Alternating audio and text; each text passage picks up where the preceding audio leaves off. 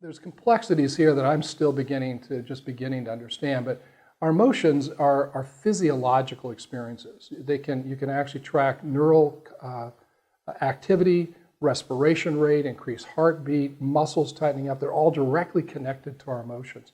And so we experience emotions physically, and then they actually come out in physical, material ways. We say things, we do things, physical violence, verbal abuse, those things.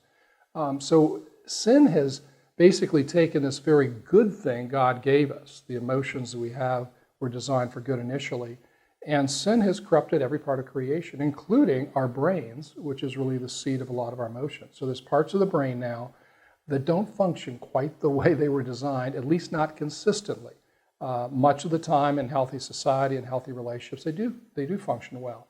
But when they break down, that's when we have problems. And I'll give you one example. There's a phenomenon called amygdala hijacking. And when you get sensations, they come into the brain through the spinal cord. First part of the brain they get to is the amygdala. It's where your emotions are. And that's where your memories are stored. If you're afraid of snakes, your amygdala goes snake, and you jump even before you think. Maybe you jump off a cliff, you're so afraid of snakes. And the trouble is, when emotions get going, that part of the brain can take over. It's called amygdala hijacking, and it causes us to say and do things before the neocortex, the reasoning part of the brain, actually gets the signal, processes information. So this is why a parent might explode at a 5-year-old child and say something very harsh, very angry, and within moments regret it. It's why a couple having a conflict with each other would say things that they would wish the rest of their life they could have taken back, because they just spoke before they could think about it. So that's really what happens. Our emotions start driving us, and they actually overpower the reasoning part of our brain. Now there's a very interesting, there's some physiological things driving this. Number one is just the distance on the spinal cord to the amygdala, neocortex. The signals actually get to the amygdala first, a few nanoseconds before they get here.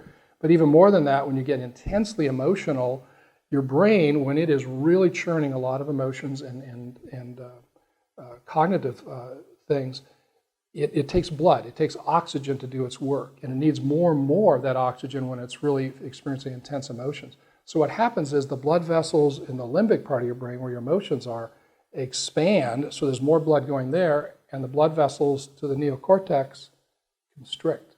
And all the studies show that you can lose 10 to 15% of your IQ when you're intensely emotional. Now, we all know that from experience. We know there's people that think, how could he do something like that?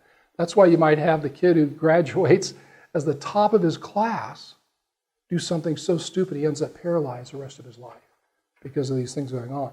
And of course, sin is the root of all this. God didn't design the brain to function in these malfunctioning ways. But sin, just as it's affected our physical body, has affected our brains as well. That's the bad news. The good news is, through Christ, through the gospel, all these things can be redeemed.